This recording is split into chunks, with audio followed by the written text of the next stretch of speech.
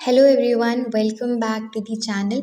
आज हम एक एक्सट्रीमली इम्पॉर्टेंट वीडियो कवर करने वाले हैं जो कि है स्टेजेस ऑफ सिविल सूट। तो हम सिविल सूट को बहुत ही अच्छे से और शॉर्ट मैनर में समझेंगे। एक सिविल सूट कैसे स्टार्ट होती है, वो प्रोसीड कैसे करती है, उसमें जजमेंट किस तरह से आता है, बहुत कम समय में इसको समझने की कोशिश करेंगे। सबसे पहला स्टेप होता है फाइलिंग ऑफ प्लेंट, जो कि ऑर्डर 7 में बताया है। सिविल सूट की शुरुआत ही तब होती है जब प्लेंटिफ प्लेंट फाइल करता है एक एप्रोप्रिएट सिविल कोर्ट में। प्लेंट के अंदर क्या क्या चीज़ें होनी चाहिए, क्या लिखा होना चाहिए, वो ऑर्डर 7 में ही बताया गया है। इसमें नेम, डिस्क्रिप्शन ऑफ पार्टीज आएगा, ज्यूरिसडिक्शनल फैक्ट, किस कोर्ट में वाद पत्र ले जा रहे हैं उस कोर्ट का नाम, कॉज ऑफ एक्शन, क्या रिलीफ चाहिए, कोर्ट की फ़ी और वेरिफिकेशन के लिए सिग्नेचर होना ज़रूरी है।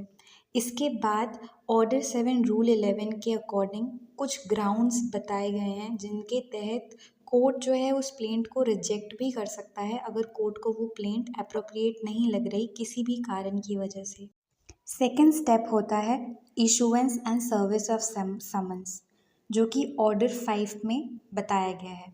एक बार प्लेंट का एडमिशन हो गया तो कोर्ट समन इशू करता है डिफेंडेंट को, ताकि वो कोर्ट में आए और जवाब दे जो भी इल्ज़ाम उसके ऊपर लगाए गए हैं उन पे। समन के अंदर डेट ऑफ अपीयरेंस होती है कि किस दिन उस व्यक्ति को कोर्ट में आना है, समय बताया हुआ होता है जब तक उनको रिटन स्टेटमेंट फाइल करना है, और प्लेंट की एक कॉपी भी लगाई जाती है ताकि डिफेंडेंट को पता हो कि किस चीज़ के लिए उन्हें कोर्ट बुलाया गया है और क्या इल्ज़ाम लगाए गए हैं। समन सर्विस करने के कई मोड होते हैं, जैसे पर्सनल डिलीवरी, जिसे दस्ती समन कहते हैं, कि पर्सनली व्यक्ति जाके जो है जो भी अप्रोप्रिएट वर्कर होता है वो जा कर के समन देता है। दूसरा रजिस्टर्ड पोस्ट के थ्रू, कुरियर के थ्रू या किसी इलेक्ट्रॉनिक मीन्स से, जैसे कि अब तो व्हाट्सएप के थ्रू भी कोर्ट समन इशू करता है। पब्लिकेशंस, अगर डिफेंडेंट किसी भी तरह की सर्विस अवॉइड कर रहा है तो पब्लिकेशन के थ्रू भी डिफेंडेंट को समन इशू किया जाता है। तीसरा स्टेप होता है written statement by defendant. Defendant को रिटन स्टेटमेंट फाइल करना होता है जो कि रिस्पॉन्स होता है प्लेंट का। इसके लिए टाइम लिमिट 30 डेज़ बताई गई है। जिस दिन समन सर्विस हो गया, जिस दिन समन डिफेंडेंट को मिल गया, उस दिन से लेकर के विदिन 30 डेज़ तक उसके पास टाइम होता है रिटन स्टेटमेंट फाइल करने का।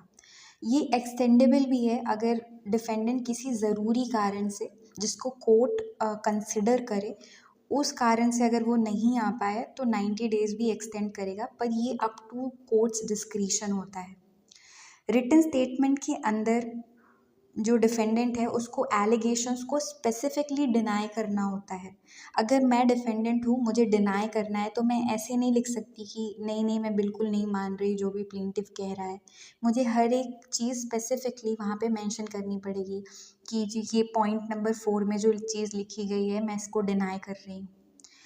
इसके अलावा कोई भी अगर एक्स्ट्रा फैक्ट्स हैं जैसे स्टोपल या लिमिटेशन से रिलेटेड, वो भी रिटन स्टेटमेंट में लिखे होने चाहिए।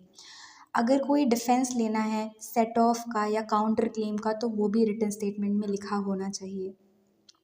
अगर ऐसी सिचुएशन होती है कि जो डिफेंडेंट है वो फाइल ही नहीं कर रहा रिटन स्टेटमेंट, तो कोर्ट के पास ये फिर पावर होती है कि वो एक्स पार्टे प्रोसीडिंग्स में भी कंटिन्यू करे, वो फिर वेट नहीं करेगा डिफेंडेंट का। चौथा स्टेप होता है फ्रेमिंग ऑफ इश्यूज, जो कि ऑर्डर 14 सीपीसी में बताया है।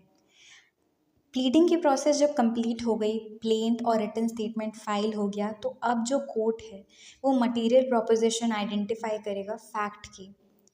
यानी कि दो तरह के इश्यूज निकल के आएंगे।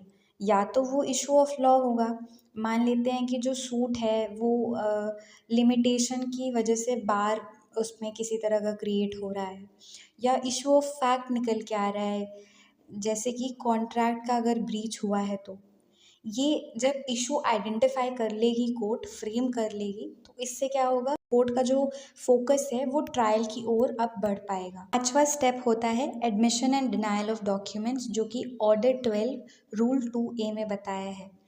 पार्टीज या तो एडमिट करेंगी या तो डिनाई करेंगी जो भी डॉक्यूमेंट उन्होंने एक दूसरे के अगेंस्ट वहाँ पे सबमिट किया है। इससे होता ये है कि कोर्ट का समय बचेगा अननेसेसरी चीज़ प्रूफ करने में। अगर पार्टी एक्सेप्ट कर ले रही है कि हाँ ये चीज़ मैंने की है या ये चीज़ मैंने नहीं की है, इससे कोर्ट ऑथेंटिसिटी भी चेक कर पाएगा डॉक्यूमेंट्स की और ऑब्जेक्शंस को रिकॉर्ड कर पाता है। होता है डिस्कवरी एंड इंस्पेक्शन, जो कि ऑर्डर 11 से लेकर के 13 तक सीपीसी में बताया गया है। तो सबसे पहले डिस्कवरी बाय इंटरोगेटरीज होता है, जो कि ऑर्डर 11 में बताया है। पार्टीज जो है वो रिटन क्वेश्चंस लिखती हैं एक दूसरे के लिए। इससे ये होता है कि अगर मान लीजिए कोई भी फैक्ट है जिसको एडमिट करवाना है या डिनाई करवाना है तो वो हेल्प मिल पाएगी। ठीक है, तो दोनों ही पार्टीज़ के पास ये राइट होता है कि वो रिटन क्वेश्चंस एक दूसरे से पूछ सकें, ताकि आप एक तरह से सच्चाई का पता लगा पाएंगे आंसर्स के थ्रू। दूसरी चीज़ इसमें इंस्पेक्शन होता है। एक तरह से पार्टीज़ इंस्पेक्ट कर सकती हैं एक दूसरे की जो बातें कही गई हैं, जो डॉक्यूमेंट्स जिन पे रिलाई करता है कोर्ट, जो प्रेजेंट किए जाते हैं दोनों पार्टीज़ के थ्रू, उनको मांग सकती हैं। उनकी एक कॉपीज़ पार्टी भी मांग सकती हैं ताकि वो इंस्पेक्ट कर पाएँ।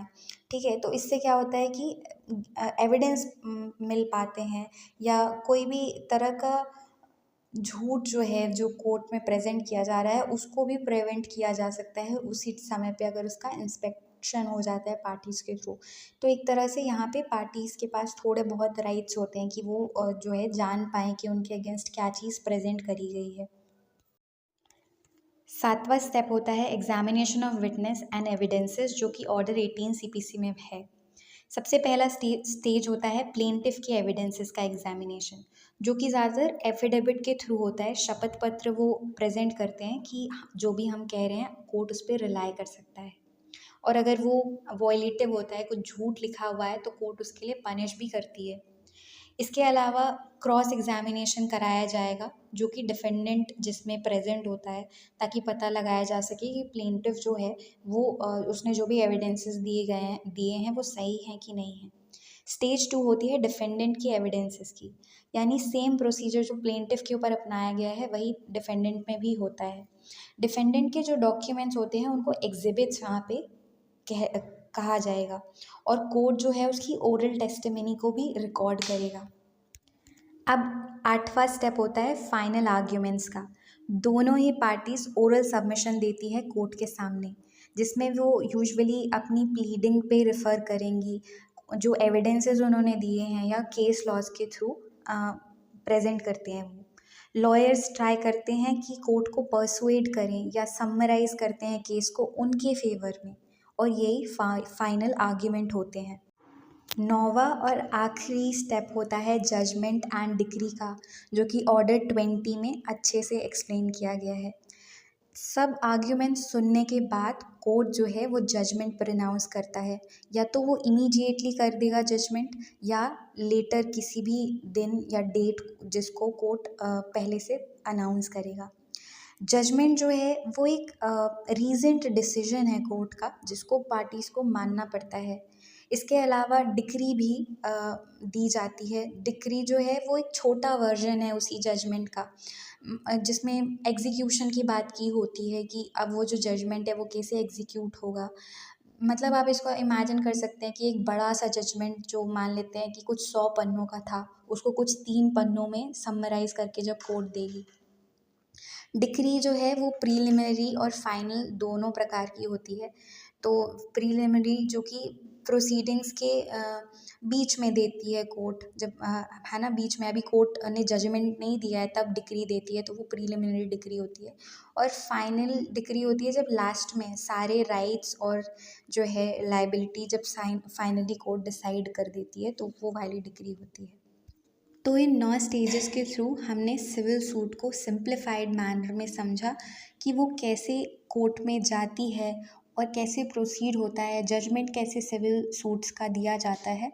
उम्मीद करती हूँ आपको ये वीडियो पसंद आया होगा। follow for more such videos. Thank you.